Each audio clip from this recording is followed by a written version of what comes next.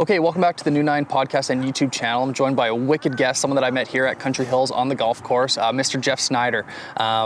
Geoff has been known as a big-time lacrosse player and kind of a rough guy in the rink. Sure. And you're still involved in lacrosse. Now you play a lot of golf. So thank you very much for joining the New Nine podcast. Thanks for having me. I appreciate it. You played in the National Lacrosse League for close to 8 years. Is that how long you were in there? I played for 9. Okay. 9 seasons in the NLL, and then 9 seasons in the MLL, and then 4 tournaments with Team Canada.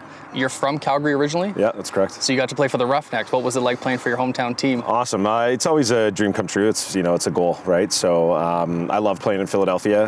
It was sad to go. I really fit well in that city. It was just my style of play, and my personality was great for the fans there. I really enjoyed it. And then getting traded to Calgary, I remember Brad Bannister picking up the phone and giving me a call and telling me that he traded for me. And he was always kind of joking about trading for me, and I just kind of laughed. And he's like, no, we're serious. And I was like, oh, all right, no way, here we go. So it was an honor to play here, and had some options I think at the end of my career, but preferred to retire as a Calgarian here in Calgary, and that's kind of the way it went. When I look you up on YouTube, there's more fighting videos than there is scoring videos. Was that a role that you embraced, or were you known previously before as kind of a rough guy? Yeah, I took a lot of pride in kind of doing everything sort of well. Fighting obviously got a lot of attention, and I got very good at it. But it was one of those things that I think just played. It was more of a tool for me than anything else, and you kind of fall into that sort of. I was sort of the evil pro wrestler kind of character, very different on the floor than I am off, and for me, it was more just kind of being a Swiss Army knife. I liked scoring. I liked setting up plays. I liked playing defense. I liked penalty killing. I liked facing off. I just kind of did everything, and fighting was just more of a component of that. So it was more about being an all-around player than it was, just sort of dropping the gloves. Correct me if I'm wrong, you currently hold the fastest goal scored off of a face-off in the NLL. I think it's fastest goal to start a game. Okay. Which is 5 seconds in. So had one of those in Philly and had another one in, I think the 2 are mine. So that was kind of my thing is every time I was out there at a face-off circle, I was trying to go to the net at all times. So, whether it was the start of the game or the end of the game, that's what I was doing. Did your career go kind of the way you had hoped for, or what were your expectations? That's a great question. I think every pro athlete sort of thinks that they're going to ride out on, in this chariot out of the stadium and to a standing ovation and have this amazing, round of applause. I think the way the Sedins went out, I don't know if anybody remembers watching that game. I think it was last year. They go out, I think they have a goal to assist, they contribute, it's their last game in Vancouver, they wave to the crowd, they get the standing ovation, and it doesn't go like that. So I was pissed. I didn't want to retire, and I got into a bit of a contract sort of dispute, and it was one of those things where it was like, hey, do you stay and try and play somewhere else, or do you hang them up in Calgary? And ultimately, it was the best decision. It was great for our business, and I'm really proud to still be involved with the team. And it's always hard, saying goodbye, and you have sort of an expectation of how you're gonna go out. But the Roughnecks were incredibly classy. Obviously, when it's your time, and they treated me very well, and still to this day continue to treat me well. And I'm really proud to be a part of the team. So it doesn't go the way that you want it to go. Yeah. But at the end of the day, when cooler heads prevail, I think it's just really important to to look back on your career and appreciate that you had time to play. Very few people get to do it, and I was honored just to be a part of it for the period of time that I was. Well, now you're still involved in the lacrosse community, and you're giving back to guys that are up and coming. Tell me a little bit about Elev8 Lacrosse. Yeah, we started it in 2007. It was just a single day camp here in Calgary, and then did that again the following year. And then after that, we sort of started to expand in some other different directions with programming and teams, and now it's become the only fully vertically integrated lacrosse company really I guess you could say the world, but in North America where it's primarily played. And from the time that you touch a lacrosse stick to the time that you are involved as a professional player, we've got guys that are fifth year, getting their 5th year NCAA, going into their 5th year of their NCAA that's been granted to them now due to COVID, and they're back training with us.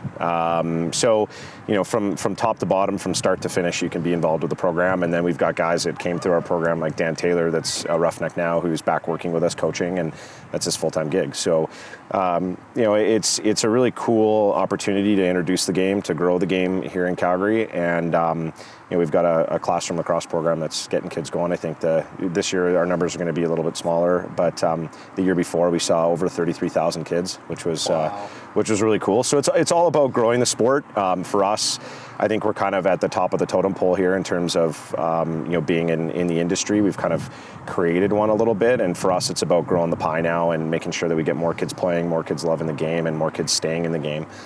There's a lot of opportunity, and so we're sort of on the front lines of making sure that kids are getting into the sport, kids are staying in the sport, and then we're developing to the point where they can go do something with it, whether it's NCAA or Division I, Division II, Division III, or playing university ball in Canada. That's awesome. Good for you guys for giving back to the community, because you have so many years of experience, and I'm sure you learned from a lot of lessons and mistakes maybe that you made previously that now these kids can obviously pick up what you're putting down for them. Absolutely.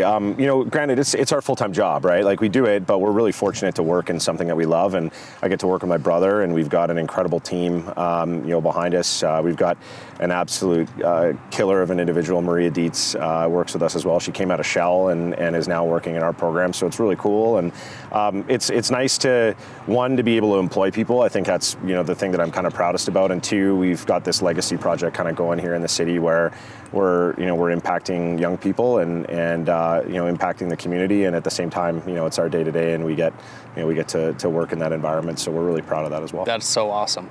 Let's talk a little bit about golf. I met you on the golf course. Tell me a bit about your love for the game and how did you get involved in golf? My love, recently my hatred for the game. I started playing. My uncle's been a member up here, Bob Mainwaring, forever. I started playing under him. I think I really kind of got into it when I was in college. So, I bought my first set of golf clubs off of Kate Wagner was her name at the University of Denver, and she was on the golf team. She golfed at DU, and I needed a set of clubs, so I bought my first set of clubs off of her, and it was awesome. I got into it right away and really enjoyed it, and then, it sort of transitioned for me when I was back at home and I was in Calgary, more frequently. It just became, a big part of, sort of my weeks in the summer. And I love the Country Hills Golf Course. It's fantastic. They treat me really well. And, we've got a good crew of guys up here playing. So it's been fun. It's really challenged, now that I'm getting a little bit older, it's really, it's helped me develop a little bit more patience. There's when I lose to certain guys on the golf course, you can't knock them out. You got to you got to shake their hands and go your separate ways. But it's been good for me from a pro development perspective in terms of mentality. And then at the same time, it's just been great to get to know new guys like yourself and spend time up here at the course. It's a great time. One of the guys we had on our first episode was your buddy Ron Dahl. Yep. And Ron said that the best round of golf he ever had was playing with you. I don't know if you saw that, but that's what he did. So quick humble shout out to Ron. Well, that's just because he doesn't want to lose to me, not because I'm not bringing his game up by any means. He just doesn't want to lose. So I think I'll take that. If there's guys that are out here and they love to beat me, then I'll take that. That's funny. All right. So the New Nine brand is all about overcoming obstacles, learning from your mistakes. Can you think of anything on the golf course? Have you had your own New Nine experience? Oh God, I think I've got my New Nine, meaning like I play great on the front and I'm just terrible on the back. So I'm sure that there's different iterations for the name, but it's funny. I shot yesterday. I was a 45 front, 38 back. It is what it is. The other day I was a 37 front, 45 back. Right. So, it's polarizing. I think it's really challenging. It's the brand name's interesting because I think the whole idea would be to put together a rock solid 18 and you're kind of never out of it. But, for me, I think every time I cross over, I'm never like two really bad back-to-back nines, and I'm usually so mad at myself, or I've taken a phone call or I've answered an email I'm not focused in what I'm doing. And lately we've been putting some money on things, so it's been a little bit more heated and a little bit more interesting. But for me, I think the biggest thing, the biggest swing that I think of is whenever you cross over and you have that sort of moment where you can kind of chill out and reflect, and you get to put what's done is done behind you. It reflects your game positively. So yesterday we were out and playing with a couple of guys and was just garbage on the front. Hit drives really well, but everything else was just I seemed to want to collect my strokes. But on the back, played well and ended up winning, and it was great. Good for you. Yeah. Golf's such a funny game that you can put so many hours into it, and you might only see 1 or 2 good shots, but you continue to come back, you keep working out the kinks, and you got to still enjoy the game. That's why we're all out here, right? Absolutely. It's been fun for me. There's a lot of, like, I separated my shoulder last year and had to, I crashed mountain biking, separated my shoulder, and right before that, shot the best round that I ever played. So I was a 71 and went away for the weekend, crashed my mountain bike, and then I think I broke an 80 like a couple of times since. That's frustrating. So yeah, I've had to really fix things because of that injury. I've had to sort of change my swing, and now it's coming back, and you get into some really bad habits when you're coming off injury. Right. Did really well, came off of an Achilles injury, started golfing well again, went into a shoulder separation, and now I'm starting to get it back together again. So I'm in a whole new 9 in the tail end of my golf career. Yeah, fair enough. Can you think of a new 9 experience maybe in life or maybe in your lacrosse career that, you were down and out and you were able to persevere? And yeah, I think, going back, I think we kind of run into those with our Team Canada sort of events. We won in 2006. We lost in 2010. We should have won, and all these games that we played, like, really close. We should be in them, and a couple of mistakes, couple of bounces here or there. You really kind of remember a couple of moments, and I think the one for us was we lost Chris Sanderson, who was a big part of the 2010 team. He played. It's a great story. He took time off of chemotherapy and radiation to get healthy enough to play for Team Canada in 2010. It was incredibly inspirational, and we ended up losing. That was super hard. And then in 2014, there was that sort of a bitter taste in your mouth, and we ended up going out and playing really well and winning, back in Denver.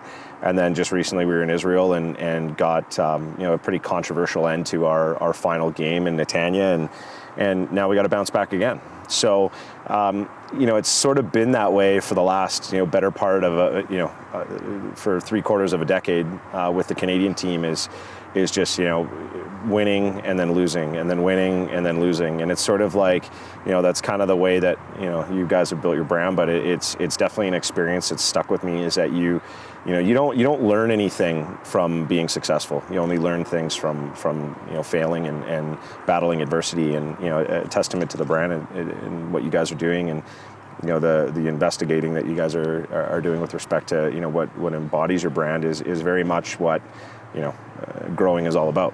And so we try to implement that in our teaching for our kids, and we carry that on our shoulders with respect to the community, and we embrace adversity as much as possible, right, to continue to develop and get better. That's awesome. Jeff, I really appreciate you sitting down with me. I know you got anytime. a tee time to run to. You got it. But I really do appreciate it. Thank you so much for coming on the podcast and the YouTube channel. And we'll let you get to your tee time. Normal circumstances, I'll shake your hand, but we'll leave that one out. We'll do the virtual handshake. No problem. No, I really appreciate it. Thanks so much. Hey, thanks for having me on anytime. If I can do anything for you, let me know. Appreciate it. You got it. Stay tuned. Check out our website, new9golf.com. See what hats are in stock, and do your best to support the golf community. Thanks so much.